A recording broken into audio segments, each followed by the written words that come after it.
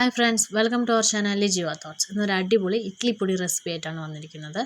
അതിനായിട്ട് ഉഴുന്ന് പരിപ്പ് 2 സ്പൂൺ, 1 സ്പൂൺ കടലപ്പരിപ്പ്, 1 സ്പൂൺ ചെറുപയർ പരിപ്പ്, 2 സ്പൂൺ സാമ്പാർ പരിപ്പ്, വറ്റൽമുളക്, കറിവേപ്പില, കുരുമുളക്, ഇത്രയാണ് അവിടെ വേണ്ടത്. പിന്നെ നമ്മുടെ മെയിൻ ഇൻഗ്രീഡിയൻസായ അരി ഒരു 3/4 ഗ്ലാസ് എടുത്തിട്ടുണ്ട്. അത് കടായിലിട്ട് നന്നായി അരി ഒരു ബ്രൗൺ നിറമാകുന്നത് വരെ വറുത്തെടുക്കാം. അതിനുശേഷം അതേ കടായിലേക്ക് കറിവേപ്പിലയും വറ്റൽമുളകും കുരുമുളകും ചേർത്ത് കൊടുക്കാം. മുളകിൻ്റെ എണ്ണം എരിവിനനുസരിച്ച് മാറ്റം വരുത്താം കേട്ടോ.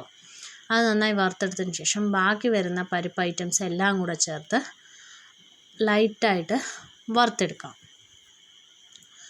ഒരു ചെറിയ നിറം മാറി വരുന്നത് വരെ വറുത്തെടുത്തതിന് ശേഷം അതുകൂടെ പ്ലേറ്റിലേക്ക് മാറ്റി ഒന്ന് തണുത്തതിന് ശേഷം ഒരു മിക്സിയുടെ ജാറിലേക്കിട്ട് ആവശ്യത്തിന് ഉപ്പും ചേർത്ത് ഫൈനായി അരച്ചെടുക്കാതെ തരിതരിയായി ഒന്ന് പൊടിച്ചെടുക്കാം.